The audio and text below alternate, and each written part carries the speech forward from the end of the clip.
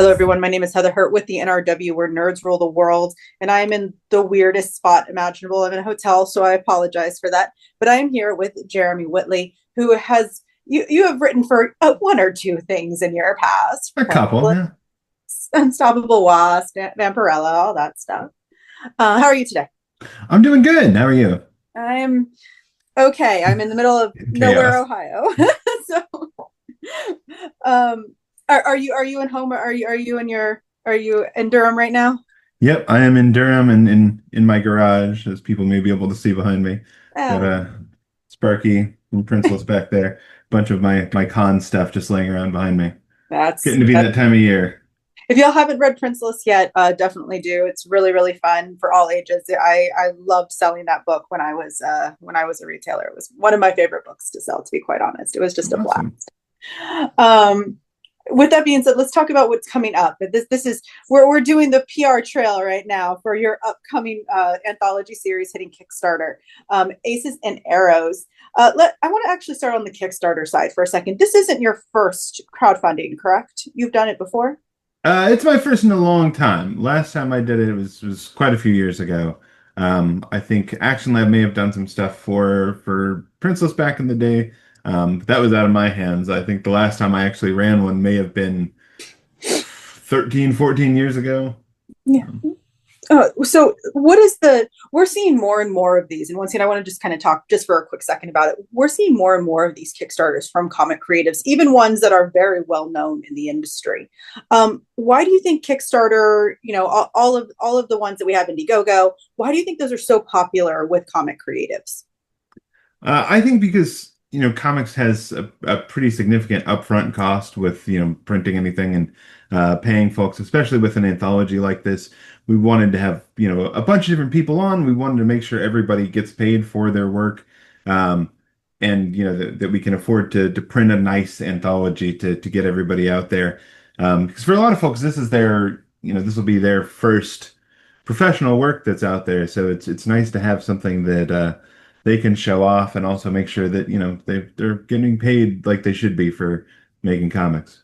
Yeah, those small things like making a living. We got Yeah, to expect it somewhere. Um, absolutely. Aces and Arrows. So we're going to next step is to talk about the start in the queer community. Most people know, most of us understand what an ace is and what an arrow is. Um, and there's a lot of queer comic out there. And it's growing more and more every day. I actually have a couple of queer anthologies, and I love having them in my collection. Why spotlight aromantic and asexual relationships in this anthology? Why not do all encompassing like always? Well, the Lifeline Comics, who I'm working with to do this, are responsible for a bunch of queer anthologies that are already out there. Um, the They've done several. They started, I think, with Bi Comics, and they just recently did Transphoria last year. So I think they want to make sure to do a variety and to really like make sure people's voices are heard within the community. And I think asexual and aromantic characters I think are pretty rare still in media, and I think a lot of folks uh, just don't know what to make of asexuality or asexual people.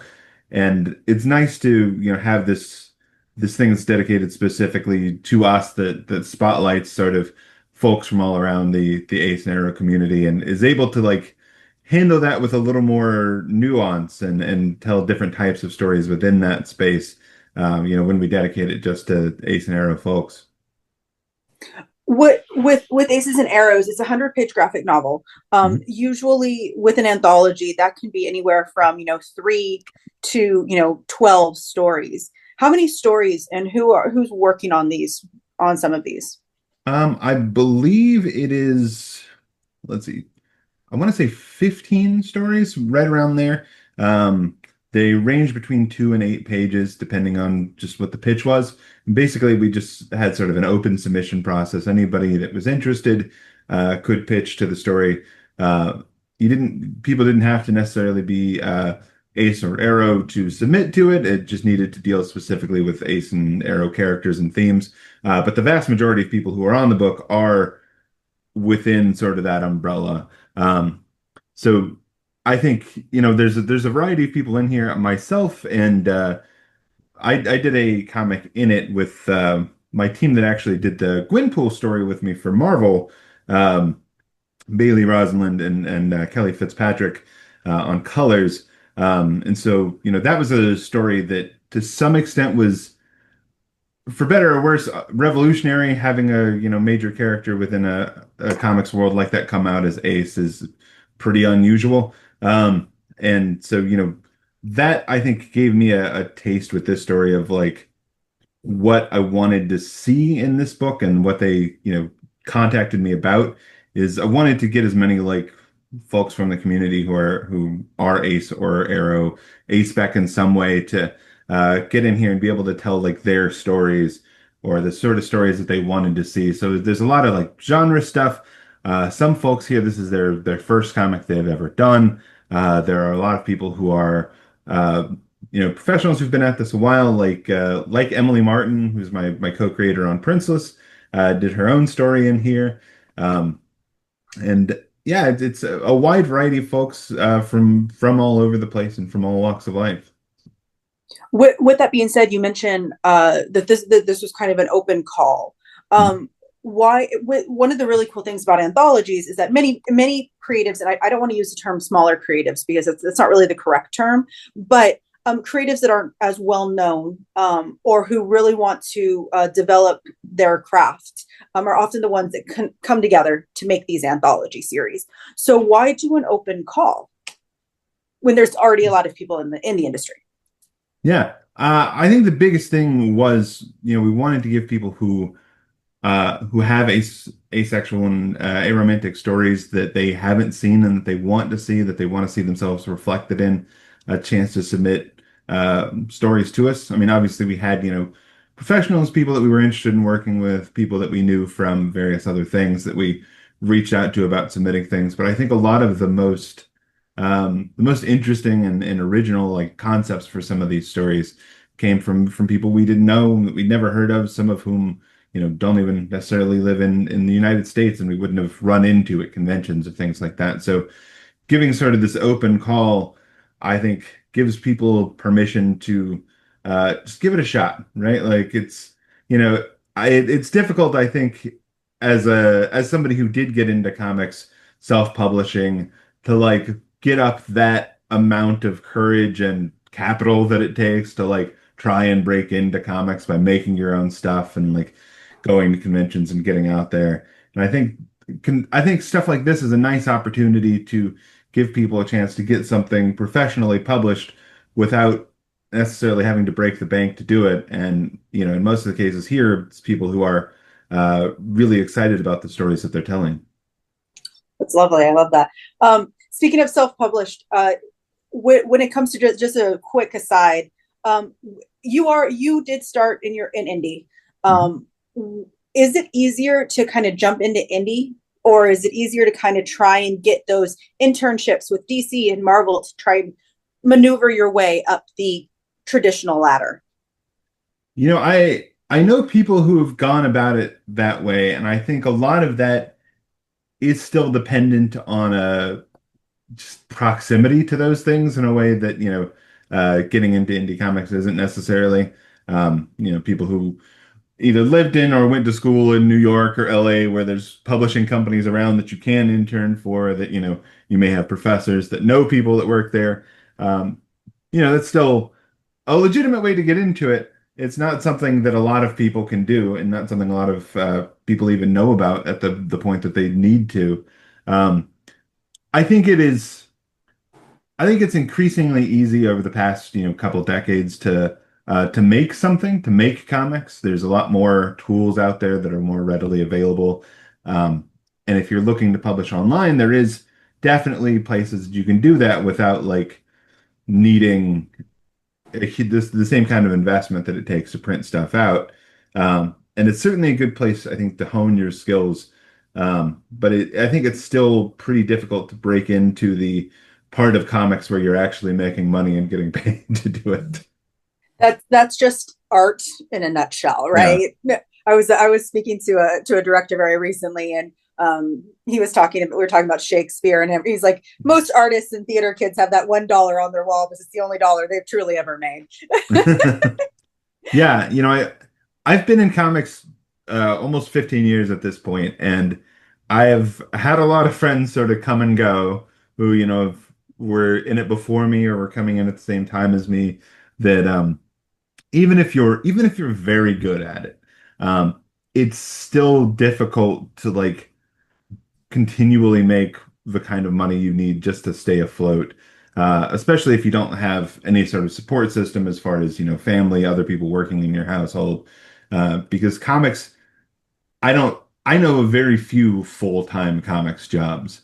Um, and, even then, most of us like are work for hire. We don't have, health insurance through making comics. So, it's a hard thing to do, and it takes a lot of determination and a lot of luck to stick with it. And I've been in and out of doing it full time a few times, just because sometimes you got to have a different full time job for a while just to get by, because publishing is, if nothing else, unpredictable. Mm-hmm. There's a great saying in comics for those of you who have never worked or been a part of the industry. Comic books will break your heart, but at the same time, it's also exhilarating. So don't see this as it's a great opportunity. Please, I don't mean bring this down at all. Was just curious about your experience. So with that being said, let's go back to ACES and Aros. Tell us about your story. What is going on in your tale of the anthology? Well, it was interesting for me, I think, because I went back and forth about what sort of story I wanted to do in there a little bit. I like doing stuff that is genre specific, that moves around a little bit, is unusual. But looking at the stuff that we had in there already, there's a lot of good like fantasy and sci-fi stories in here. A lot of folks were bringing really cool stuff to the table. And I was sort of thinking about what myself and my group had, that was unusual, that nobody else had, and I felt like this experience that I had working on stuff at Marvel, working on having a major character come out as Ace, and sort of as an extended process of me also like coming out as being Demi, and getting this incredible opportunity to work on this book with a team full of people who were, Ace spec, who were on the Ace spectrum, um, was like this cool, motivating opportunity for me to put something like this together, and was something nobody else had the experience of. So like telling the story of like us getting together and making this comic, but also of that like those weird moments of recognition you have with other queer folks, of like I would write something in a script and I would send it out to the rest of the team, and I'd get all these like, "Oh, I hate this. I'm in this picture and I don't like it. How dare you?" kind of responses to things.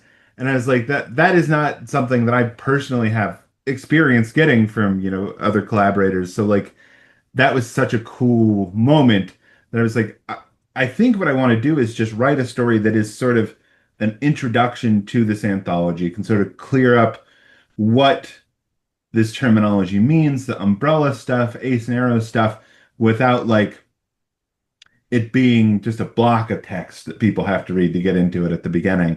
And so the story that I wrote, I think at this moment we're just calling introduction. So it's actually, it stars myself and the rest of my team, sort of talking about both our coming out stories, and also the like making of our first comic together, and talking about the that cool moment of connection you get with the first time you work with like other people who recognize that same thing that's inside you.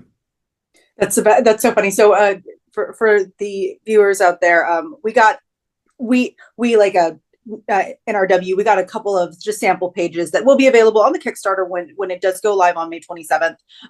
But there's the last page of the 5 pages that we were given. I was just like, that looks like Jeremy. That's definitely Kelly and her tattoos. But didn't want to say anything. I didn't want to assume that was your story.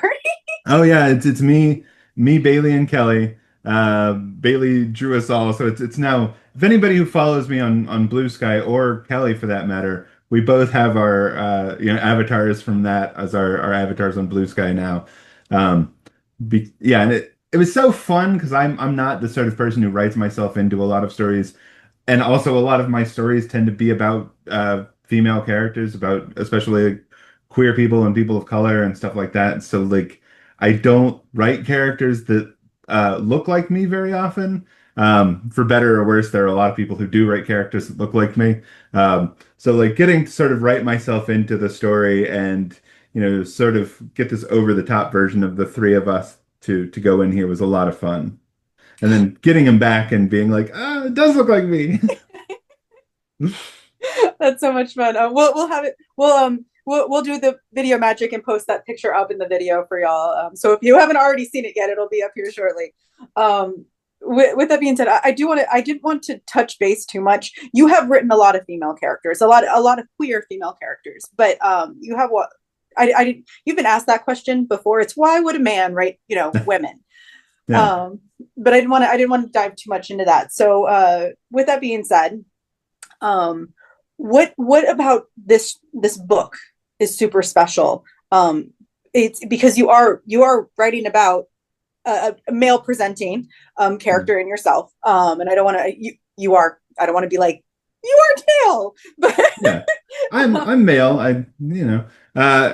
Yeah, I'm male and demisexual, and it's a thing that is uh I think is actually unusual. It's you know, I think that was one of the things that took a while to I think figure out is that um like demisexuality especially is much more common, or at least much more commonly embraced, or Mhm. diagnosed is not quite the right word, but that sort of it's much more common among women Mhm. than men. Um, and for anybody who doesn't know and hasn't read the comic yet, at which in which I talk about it a lot, it's demisexuality is sort of a branch of the umbrella of asexuality, where like um, sexual attraction is much more connected to uh like personal connection with people.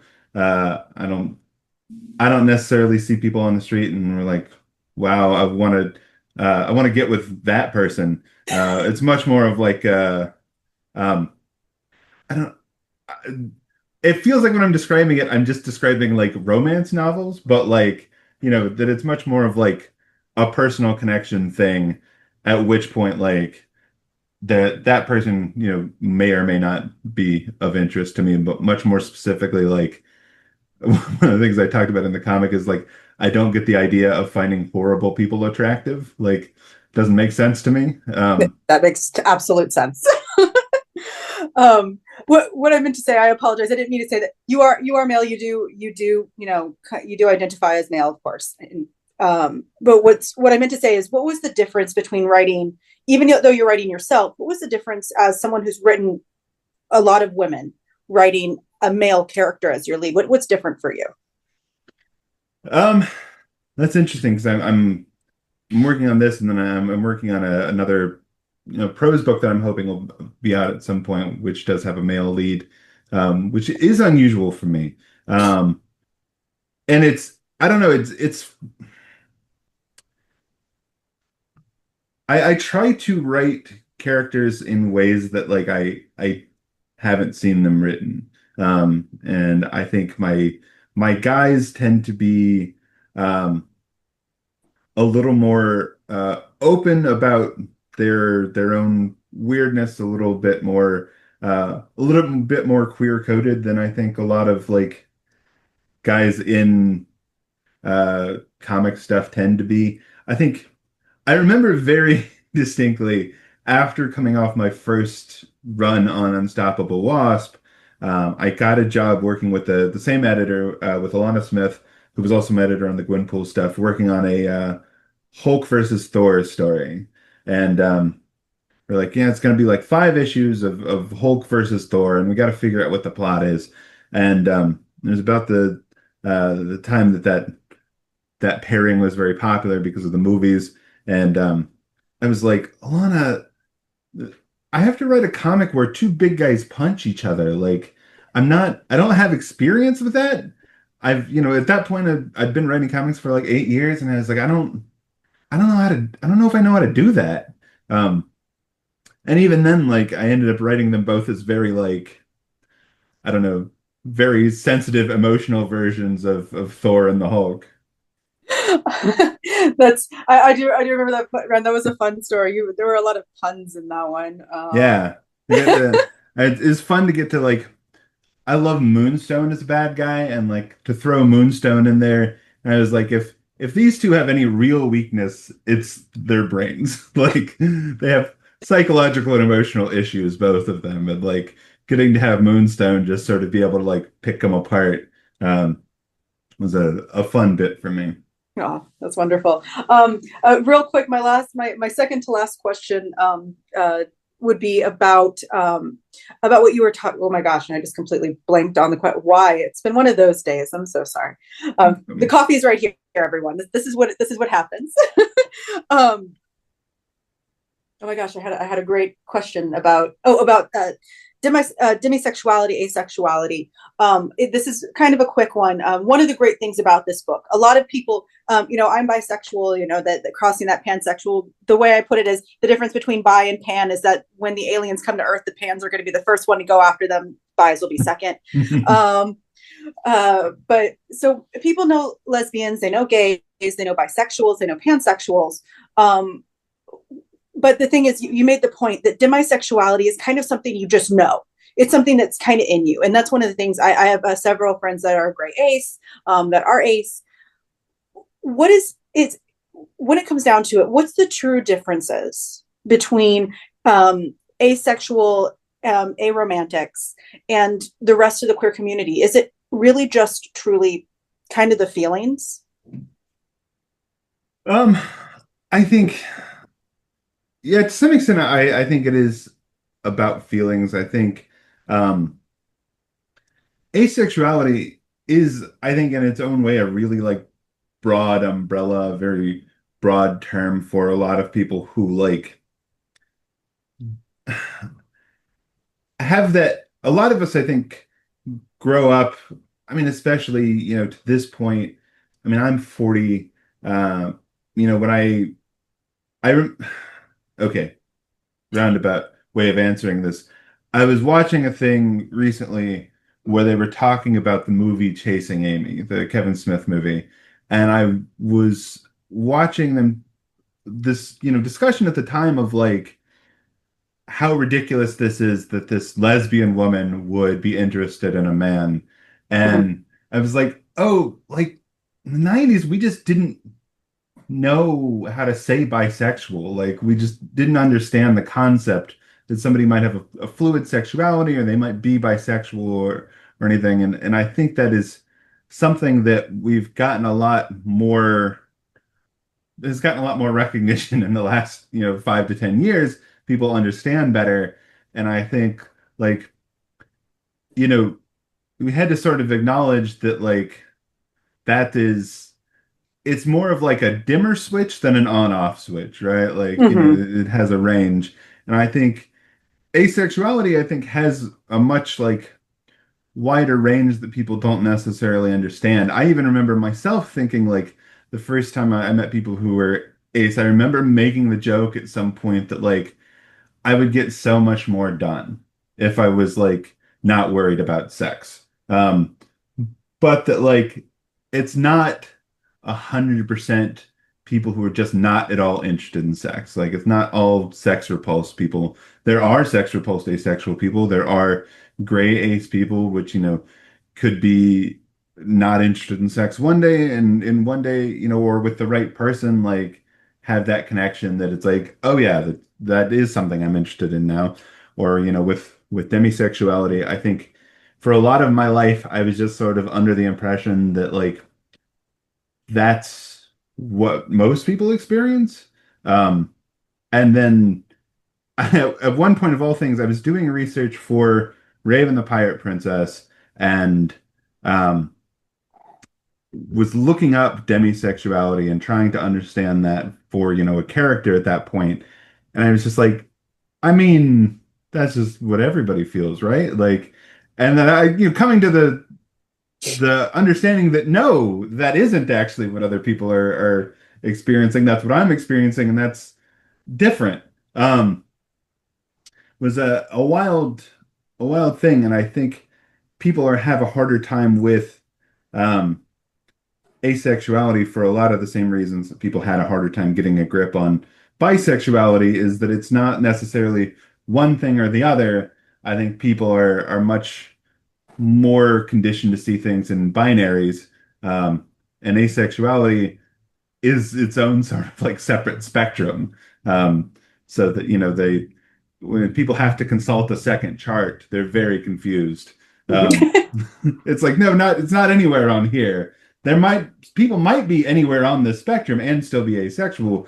The first time, I said the term like asexual lesbian to a friend, I just remember they're like seeing their brain explode. But it's very real, in that, you can have no interest in sex whatsoever and still be romantically interested in women, or men, or wherever else. So, um, I think it's just it's a matter of like people being exposed to it and hearing the words and getting some sort of like context in the same way that, all sorts of other both sexualities and uh, you know ways of thinking and things like that. And if people just get more experience with it and get to know people and get to read stories like this, then hopefully they will be, more understanding, or they won't, and then fuck them. That is my.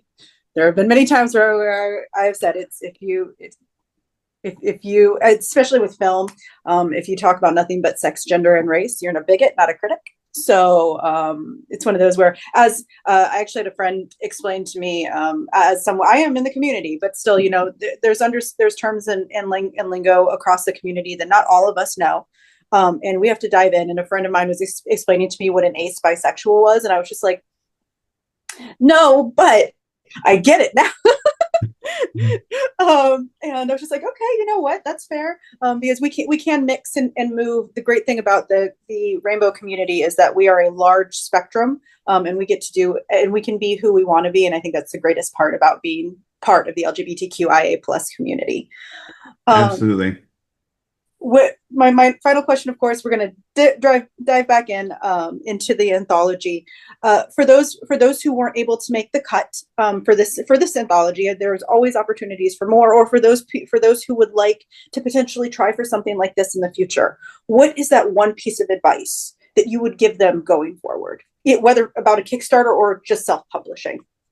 Yeah, I would say best one of the best tips that people give that people don't necessarily think about is, if you want to write comics, you need to read comics. You need to understand the way that comics flow and that comics move.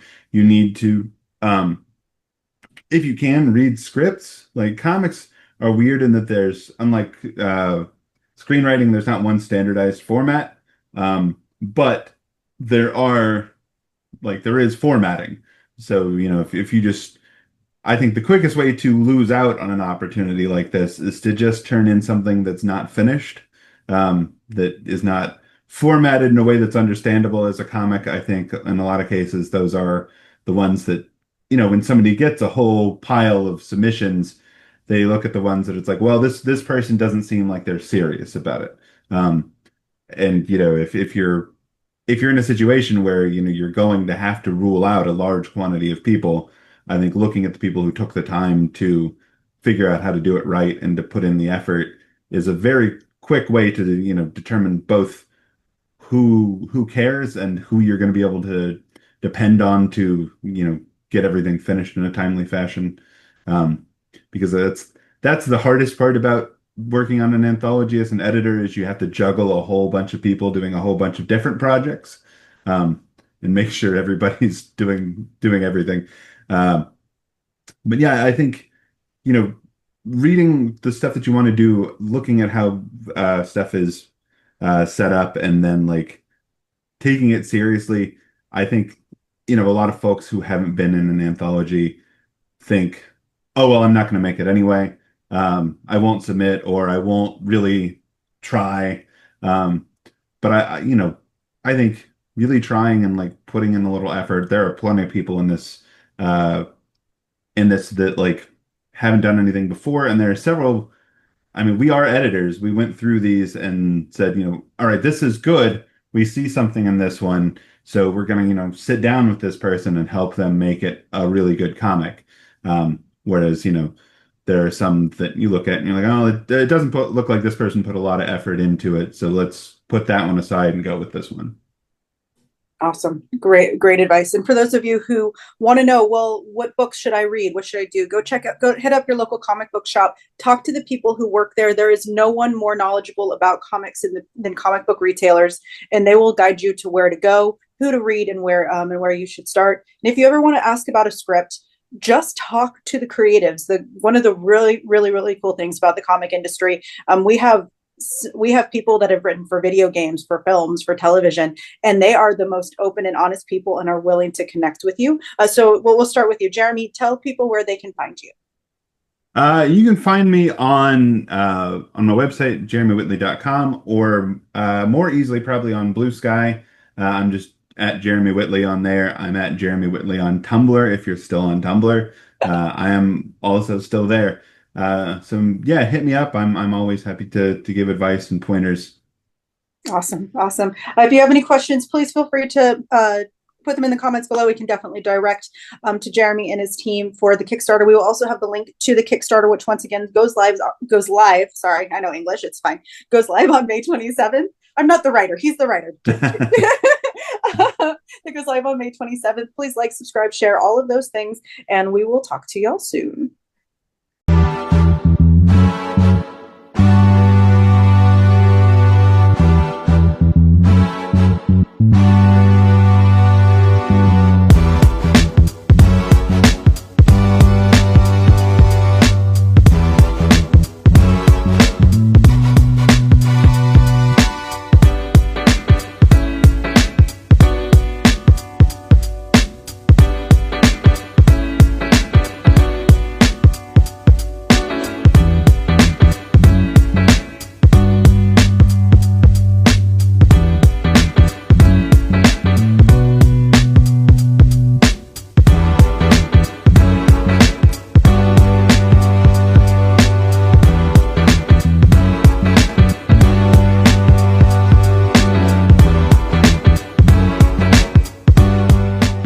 Nerds rule the world.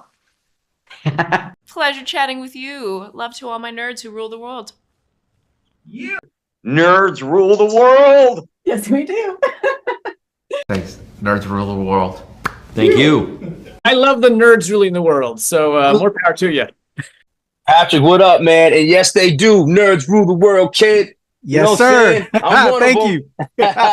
Awesome. Kuya P, nerds rule the world. Hello. Yes, they do. Yes. Oh, nerds rule the world. I got.